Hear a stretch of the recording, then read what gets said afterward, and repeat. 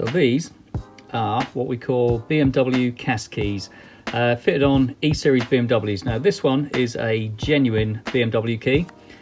This one is aftermarket. Now the difference with the aftermarket batteries is they are replaceable, and to replace them you got to press this little button in there and slide the key blade out, and in the back here, if you can just make that out, there's a little slot where you can get a screwdriver or a spudger or a watch back remover, and you can just pop it into that little slot, and the battery compartment comes out, and that's where the replaceable battery is.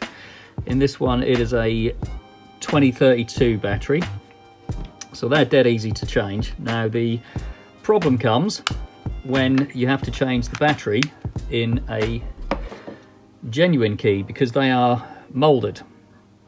So what we're going to do on this one, we are going to very carefully cut round the outside of the case and get to the battery, and we're going to show you battery replacement and button replacement, because sometimes the buttons go wrong as well. I think this one has got a dodgy button on it. I can use my tester and we can see that top button is working, middle button is working,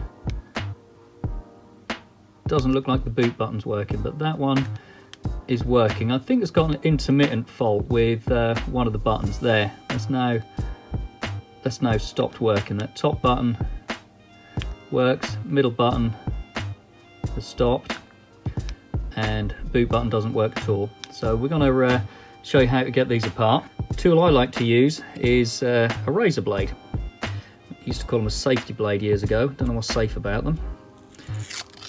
Probably the fact it's got a safe edge on it. And what we're going to do, we're going to cut round the perimeter of the remote case. Got to be careful not to cut into the circuit board.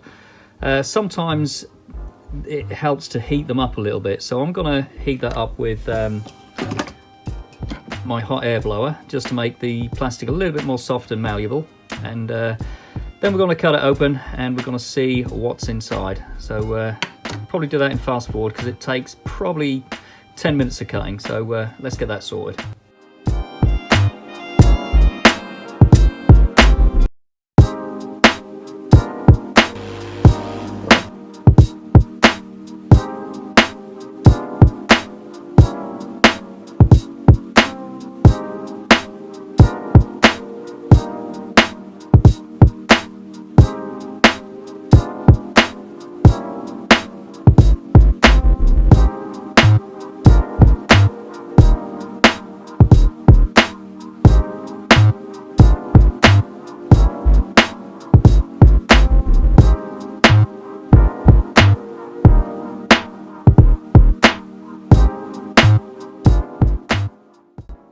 We have the case apart. Quite lucky on this one. If you look at the back of that, you can actually see this one has actually been apart before and somebody's glued it up. This is what the circuit board looks like. So if you've taken one to bits and think you've knocked any components off, that's what you should have in there. You can just see here where the battery is soldered onto. It's not a very good job. So to get the remote out, you turn it over, and this is what the underside looks like. This is the battery, the rechargeable battery, and it's just soldered on there and there. To get it off, we're going to probably use a solder sucker, maybe a bit of solder wick, and then I'll show you how to change these buttons, these microswitches here. We're going to put, I think that was the middle one which was faulty, so we're going to change that one out and change the boot button and see if we can get this one working. To hold it in place on the desk, I'm just going to use a handy bit of blue tack. Hold it onto the bench nice and tight. This is solder wick or braid. Come on, focus, you. It's not going to focus, but it looks like a shoelace. It's made of copper. It's impregnated with flux, and it just soaks the solder up lovely. soldering iron's nice and warm. So this is solder wick anyway, hot soldering iron. You just have to place on what you want to desolder. Let it flow up the wick. I normally have my fume extractor on, but it makes so much noise it's not good for the filming, so get a bit more out of that.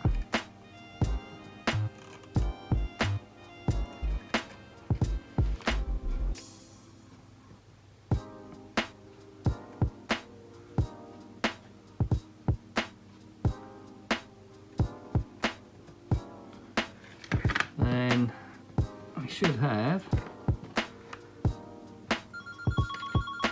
the phone ring, but that's the battery off. So now we come to replacing the microswitch. We can test across the points of the microswitch with a continuity tester, but I'm just going to go straight in and change this one. This is a replacement microswitch there. We can either use new ones if they're available. Sometimes they're not available, which means there's a mine of second-hand switches to choose from. We can pull them off other boards or known good boards, or search the internet, search eBay. Somebody on there selling replacement microswitches for them. Just looking through my little kit here of spare switches. I don't think I've got the exact one. Yeah, that's the best one I've got. So what we're going to do with the soldering iron is to blob a piece of solder on each one of these contacts, keep it nice and warm, and then lift the switch off.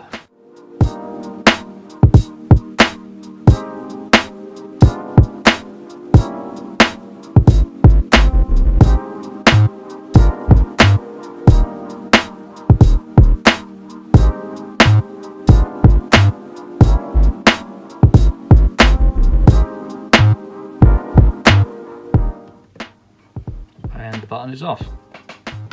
Going to clean the pads down again with a bit more wick.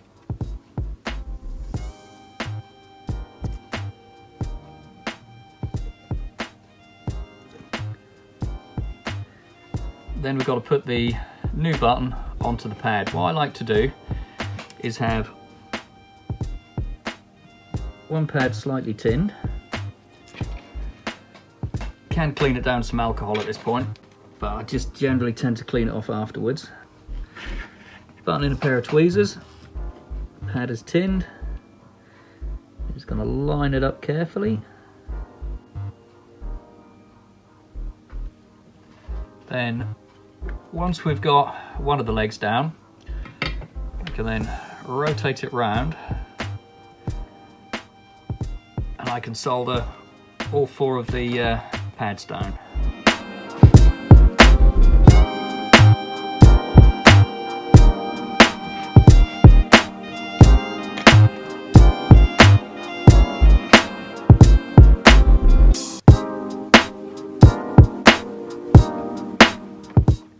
And we clean it up with preferably an old toothbrush and some rubbing alcohol, IPA. And the new switch is on,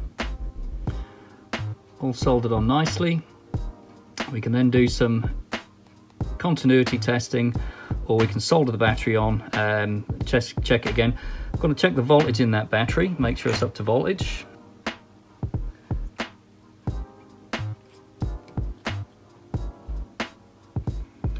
We've got 3.01, 3.02 volts. I'm just going to compare that to a brand new battery. So a brand new battery measures about the same, 3.02.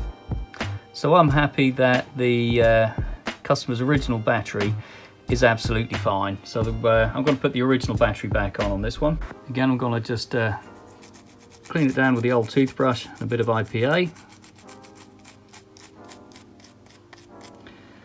Check the contacts, make sure they haven't been damaged by previous person. The battery itself just presses in,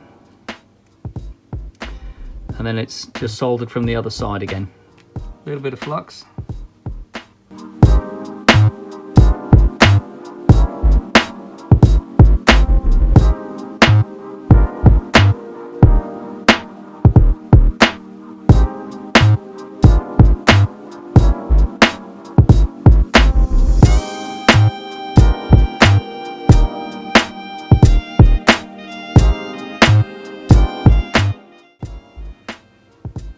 and the battery is back on. So now we just need to test it. Right, so the 3 buttons are now soldered on. Sorry, the 2 buttons are now soldered on. The one which the customer complained about, which is the middle one, and I've noticed this one isn't so good either. Check the battery, didn't have to take it off, just want to show you how they were done for the video. And now we have button number 1, works 100%. Button number 2, works 100%. Now button number 3, you can see that's now working 100% as well. So with the 3 buttons soldered back on, or the 2 buttons soldered back on, 3 of them tested, battery's back on, nothing's damaged on the circuit board. We're going to put it back into the case. Now the case on this one unfortunately has all been super glued before, so I'm going to have to scratch off that old super glue. The way I put these back together is to use super glue gel, bond it together, use a bit of quick activator, dries it off in seconds, let it settle for a good few hours and let all the super glue harden. And then I scratch off around the outside and just finish it off with a black marker pen just to make it look a bit nicer. You can put a new case on. This customer's on a budget, just wants it fixed. Super glue time. So, little trick for super glue. The tops always gum up. So, if you get a metal tube of super glue like this, you can chop the bottom, squad yourself enough out onto a piece of card,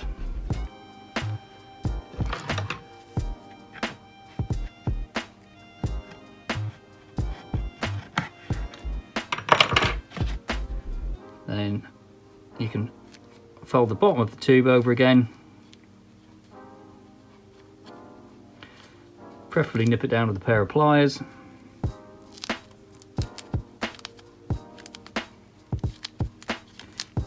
Next time, chop the bottom off, squudge a bit more out. So the super glue I'm using is a super glue gel. Handy thing about this is it stays pliable until you hit it with a bit of rapid activator. Gives you enough time to maneuver things into position, which let's watch this go wrong on camera. Picked up this little super glue applicator many years ago. It's really handy for super glue work.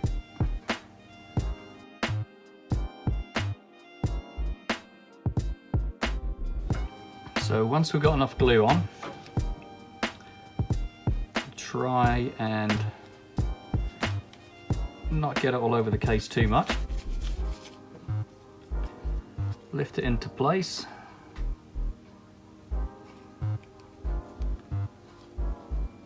With the gels you can just get a little bit of movement on it. Right, next thing is to hold it tight. Give it a little puff of rapid activator.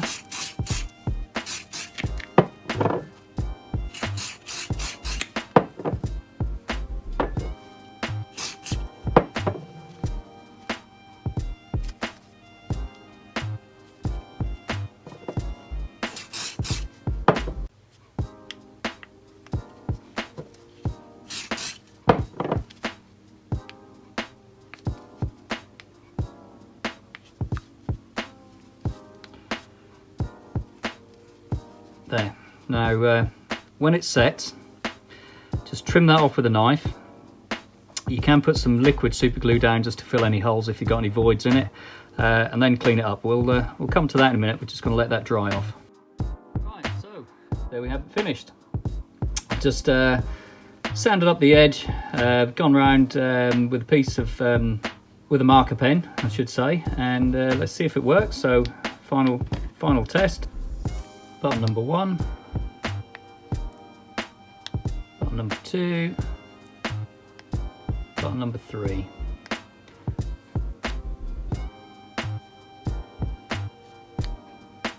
There, all done.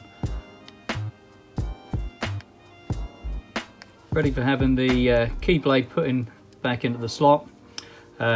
These testers, don't worry about that light flickering now and then. It totally depends on whether a mobile phone is near it, it picks up loads of background. It's just what they do. So all ready for the blade to be put back in, and it's job done. Right, let's move on to the next key. Next key I'm going to show you is what we call the BMW diamond key. Again, they are bonded together, so again a little bit of heat helps them. What I always do is start at this end and start cutting them open here, using the blade as half a pair of scissors.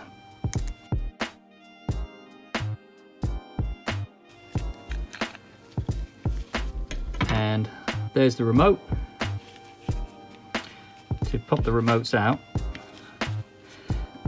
usually just push on the buttons and it'll pop out. But again, this one's also been glued up before, so you can just see that that glue has spread over onto the remote there. This one I'm not actually fixing, so I can be a bit rough with it, because this one I've just grabbed out my spare keys to show you. Same thing again, same battery,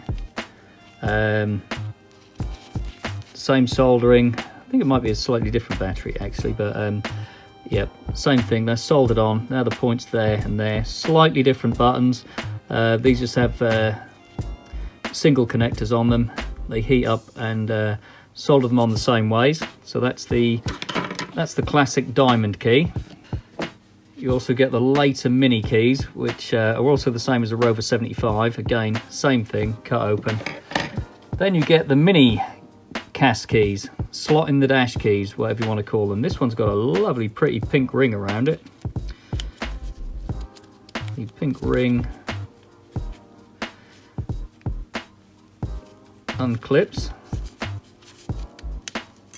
like so, and again glue, or they're bonded all the way around the outside.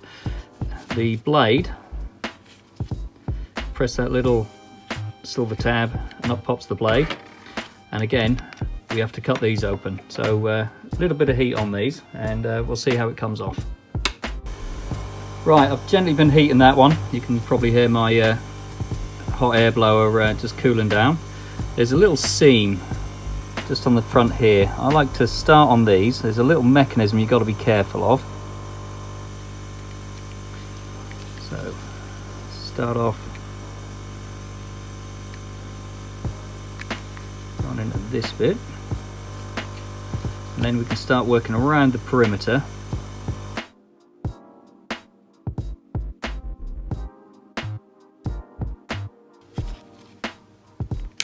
There. So that's the part you've got to be careful of. It just comes with experience getting that off. So here's the remote.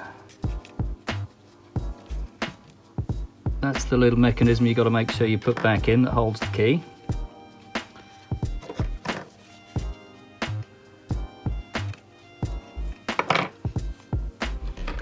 And here's the remote control out.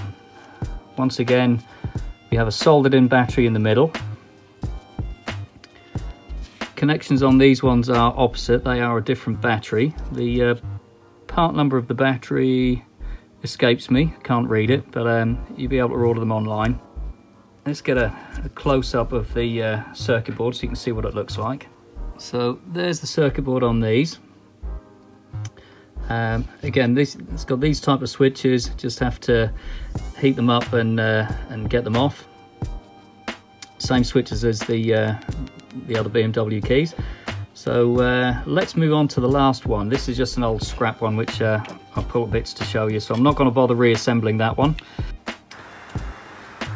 Last one is an F series key. This one's actually out of a 2010 BMW X3.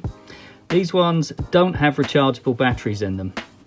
The blade slides out, typical BMW style, little push button on the back, blade slides out. And then if you look in here, in this one, you can get a little screwdriver and you can pop the back up there underneath that compartment you have the 2450 battery. So to change these, you just pop that out, job done. This one will have to go back together nicely because that's how I'm getting home tonight. So put the back on,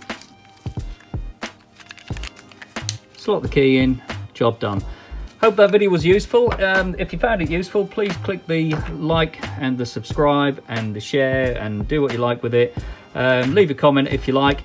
If you need to change batteries or buttons in BMW mini keys, hopefully this has saved you a few quid. Thanks for watching. If you've fixed your keys or tested your keys and they're all working but are still having problems with a 3 Series or 5 Series E91 or E61, it may well be that your diversity unit has failed, or the wiring in particular has failed. If this is the case, be sure to watch our video on the wiring fault repair for the diversity unit. I'll put a link up in the end screen here, so just click on that, watch away, like, subscribe and share. Thanks guys, see you on the next one.